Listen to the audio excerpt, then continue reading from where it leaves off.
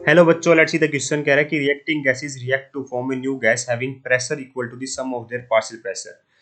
तो कह रहा है कि गैसेस रिएक्ट करती है ताकि एक नई गैस बने जिनका प्रेशर क्या हो बेटा, सम ऑफ देयर पार्शियल प्रेशर के बराबर हो। बेटा देखिए गैस रिएक्ट करेगी तो ये रूल नहीं लग सकता, क्योंकि ये बेटा जो डेफिनेशन है बेटा कि सम ऑफ पार्शियल प्रेशर बराबर हो जाए जो नई जो टोटल, जैसे क्या होता क्या बेटा, मान लीजिए दो गैसेज है पर वो आपस में बेटा रिएक्ट नहीं करनी चाहिए उनका, इसका कुछ पार्शियल प्रेशर होगा बेटा पी ए लिख दो, इसका कुछ पार्शियल प्रेशर होगा पी ए बी लिख दो।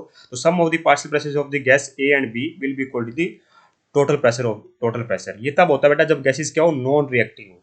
गैसेस क्या हो बेटा, मेरी नॉन रिएक्टिंग हो। और यहाँ क्या लिख दिया बेटा, इसने रिएक्टिंग गैसेस लिख दिया और कहता है कि रिएक्ट करती, नॉन रिएक्टिंग गैस होगी बेटा, आपस में रिएक्ट नहीं करेगी। पर मान लीजिए एक मिक्सर ले लिया बेटा ना, एक कंटेनर ले लिया, उसके अंदर दो गैसेज है ए और बी। तो इसका पार्शियल प्रेशर ए है, इसका पार्शियल प्रेशर बी है, तो दोनों को ऐड किया तो बेटा जो टोटल प्रेशर का होगा बेटा वो दोनों की सम के बराबर आएगा।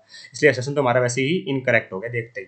सेकंड कहता है कि pressure exerted by mixture of non reacting gases, non reacting word use कर दिया बेटा इसने यहाँ पे। अब present in a container is equal to, देखो मैंने जो बात बताई है वो इसने सेकंड में बोल ली है। मतलब रीजन की स्टेटमेंट सही है पर रीजन करेक्ट एक्सप्लेनेशन नहीं दे रहा, क्योंकि सेशन ही इनकरेक्ट एक्सप्लेनेशन किसकी देगा बेटा। तो रीजन ट्रू है, सेशन हमारा फॉल्स है। तो ये चेक करते हैं या फिर करेक्ट है सेशन ना। दोनों करेक्ट नहीं है बेटा, दोनों करेक्ट नहीं है बेटा, यहाँ पे लिख रखा है ना दोनों करेक्ट है। सेशन इनकरेक्ट है, reason correct, session incorrect reason correct है, बिल्कुल सही है बेटा ऑप्शन नंबर थर्ड। दोनों इनकरेक्ट नहीं है बेटा, and option number third is perfectly correct here. I hope you understand the answer. Thank you so much.